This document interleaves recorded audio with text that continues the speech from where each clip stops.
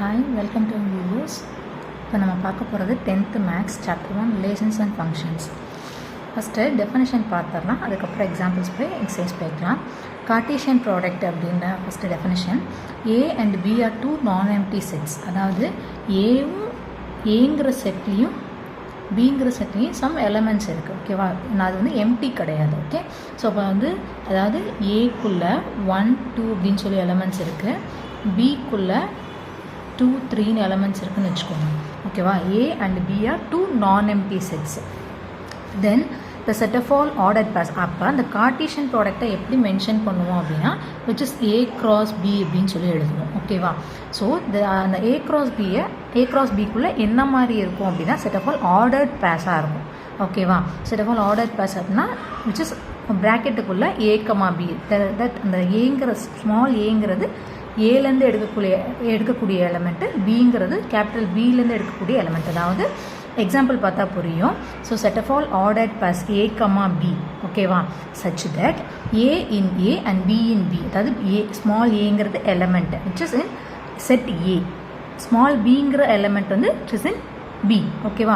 Is call the Cartesian product of A and B. It is denoted by A cross B, ஓகேவா? Cartesian product எப்படி denote பண்ணணும்னா A cross B, இது இப்படி தான் சொல்லுவோம். So first example பார்த்தீங்கன்னா ஏங்கிறது 1, 2, பிங்கிறது 2, 3 எடுத்துக்கோங்க. ஸோ இதுலேருந்து நம்ம ஆர்டர் ப்ளஸ் கார்ட்டீசியன் ப்ராடக்ட் எழுதணும்னா எப்படி எழுதுவோம் அப்படின்னா, ஸோ ஏக்குள்ளே 1, 2ன்னு இருக்குது, பிக்குள்ளே 2, 3ன்னு இருக்குது. இதை நம்ம மேப் பண்ணுவோம், 1, 2 இப்படி மேப் பண்ணுறோம், ஓகேவா?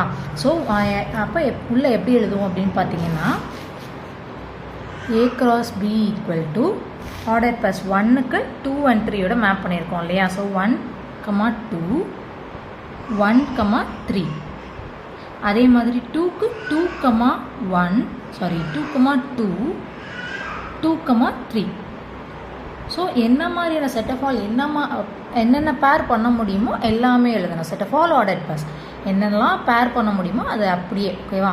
என்னென்ன எலமெண்ட்ஸ் இருக்கோ அது அப்படி எல்லாத்தோடையும் பேர் பண்ணி எழுதணும். அதுதான் வந்து கார்ட்டீசியன் ப்ராடக்ட், ஓகேவா? ஸோ நோட் பார்த்தீங்கன்னா விச் இஸ் அதில் வந்து ஒன்று எம்டியாக இருந்தாலும் அதனால தான் மென்ஷன் பண்ணியிருக்காங்க ஏவும் பியும் வந்து நான் எம்டி செட்டுன்னு. சப்போஸ் அதில் ஏதாச்சும் ஒரு செட்டு எம்டியாக இருந்துச்சு அப்படின்னா கூட அதை வந்து அந்த ஹோல் கார்ட்டீசியன் ப்ராடக்ட்டும் வந்து எம்டி ஆகிடும், ஓகேவா?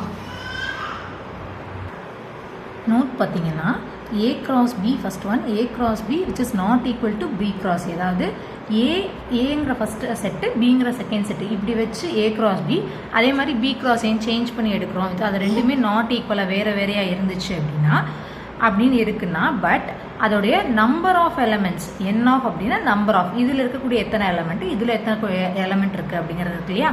அது ரெண்டும் ஈக்குவலாக இருக்கும். ஏவும் பியும் அந்த கார்ட்டீசியன் ப்ராடக்ட் வேறையாக இருக்குது. அதே மாதிரி பி கிராஸ் ஏன்னு எழுதும்போது வேறையாக இருக்குது, பட் விச் இஸ் அதோடைய நம்பர் ஆஃப் எலமெண்ட்ஸ் வந்து ஈக்குவலாக இருக்குது அப்படிங்கிற பாயிண்ட்.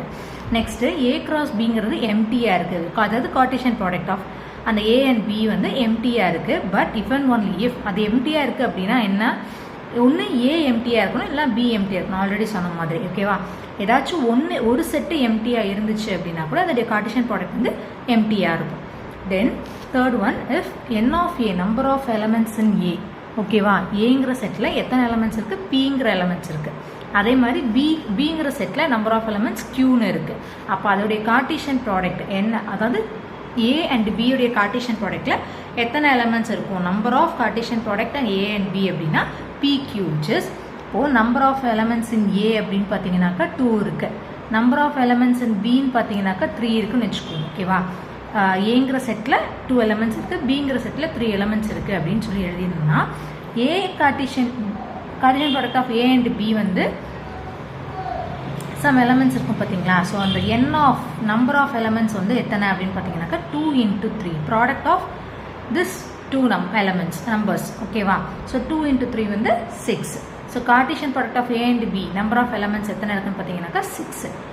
ஏங்கிற செட்டில் 2 எலமெண்ட்ஸ் இருக்குது, பிங்கிற செட்டில் 3 எலமெண்ட்ஸ் இருக்குது. அதோடைய கார்ட்டீசியன் ப்ராடக்டில் அதோடைய ப்ராடக்ட் ஆஃப் திஸ் எலமெண்ட்ஸ் தான் வந்து நம்பர் ஆஃப் கார்ட்டீசியன் ப்ராடக்டோட எலமெண்ட்ஸ், ஓகேவா? 6. ஸோ எக்ஸாம்பிள்ஸ் வந்து நெக்ஸ்ட் வீடியோவில் பார்க்கலாம்.